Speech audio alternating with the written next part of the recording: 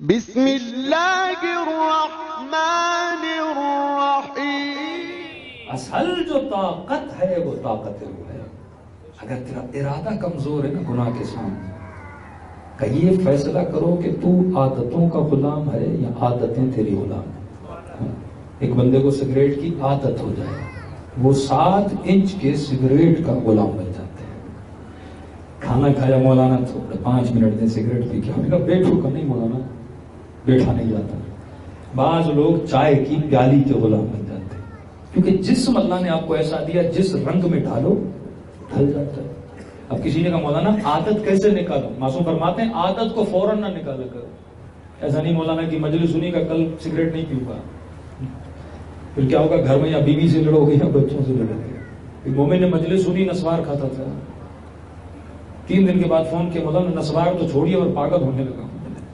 میں نے کہا طریقہ بھی اہل بیت نے بتایا ہے، جسم کو اگر کسی چیز کی عادت ہو جائے تو مولا فرماتے ہیں فوراً نہ چھوڑا کرو۔ قرآن کا فارمولہ ہے وَوَعَدْنَا مُوسَىٰ 30 لَيْلَةً وَأَتْمَمْنَاهَا بِعَشْرٍ، فرمایا کوئی بھی اچھی عادت ڈالنی ہو 40 دن کافی ہے، کوئی بھی بری عادت ڈالنی ہو 40 دن کافی ہے۔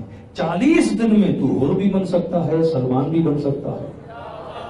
40 دن کافی ہوتے ہیں کسی بھی عادت کو ڈیولپ کرنے کے لیے۔ یہ جو آپ کی زبان ہے نا، اس کا ٹیسٹ ڈیولپ ہوتا ہے، باڈی ڈیولپ ہوتی ہے۔ آج پتلے باڈی بلڈنگ کرو گے، مسلز آہستہ آہستہ بنتے جائیں گے۔ اسی طرح گناہ کی عادت ہے، 40 دن اس گناہ سے دوری اختیار کرو، تھوڑا تھوڑا کر کے ڈوز کو کم کم کر کے آہستہ کیا ہو جائے گی، اس کی عادت پڑ جائے گی۔ جیسے 40 دن گزرے تمہیں اس کو ملکہ آ جائے گا، اب دنیا کی کوئی طاقت تجھے ہرا نہیں سکتی۔ یہ کیوں کہا کہ علی کے چہرے پہ لعاب دہن پھینکا؟